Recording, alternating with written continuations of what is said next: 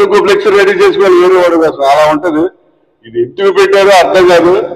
మేము కోరేది ఏంటంటే మీరు మున్సిపల్ కార్పొరేషన్ వారు ఏదైతే ఈ ఫ్లెక్సీలు బ్యానర్లు నిషేధం అన్నారో తక్షణం దాన్ని విత్డ్రా చేసుకోండి. అది కరెక్ట్ కాదు, కరెక్ట్ అయిన పద్ధతి కూడా కాదు.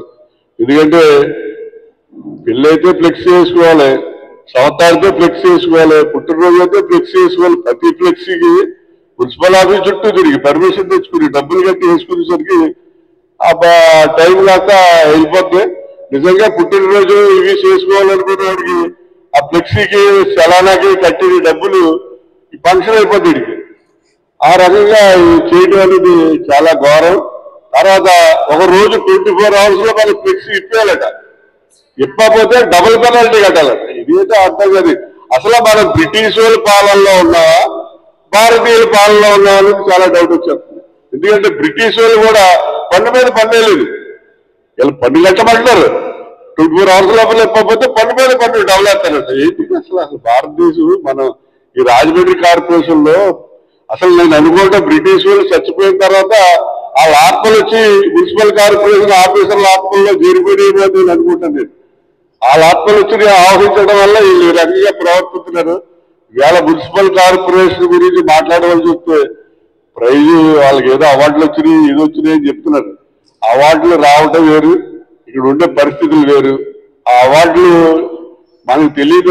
అవార్డులు పదవులు ఇవన్నీ కూడా మనకుంటే ఇన్ఫ్లేషన్ బట్టి వస్తూ ఉంటాయి తప్ప నిజంగా ఈవేళ రాజమండ్రి కార్పొరేషన్ లో జరిగేటువంటి పొల్యూషన్ కానీ రోడ్లు మునిగిపోవడం కానీ ఇవన్నీ తీసుకుంటే మన రాజమండ్రి ఒక స్టాండర్డ్ లో లేదని మనం చెప్పుకోవాలి.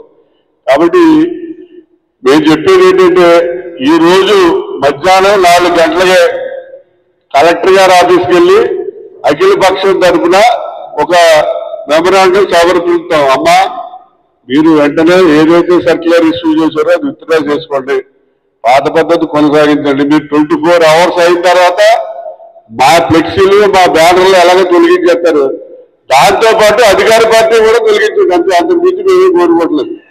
అధికార పార్టీ యొక్క బ్యానర్లు కానీ ఫ్లెక్సీలు కలిగితే అవి కూడా 24 hours తరఫున మీరు తీయించేయండి. అంతేగాని అధికార పక్షాలు ఒక రూలు లేకపోతే అఖిల పక్షాలు ఒక రూలు పెట్టేలాగా ప్రజలకు ఒక రూలు ఇటువంటి కరెక్ట్ కాదని చెప్తాం.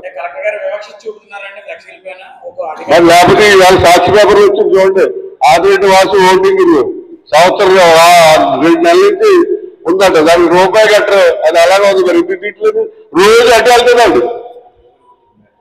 కాబట్టి ఏంటంటే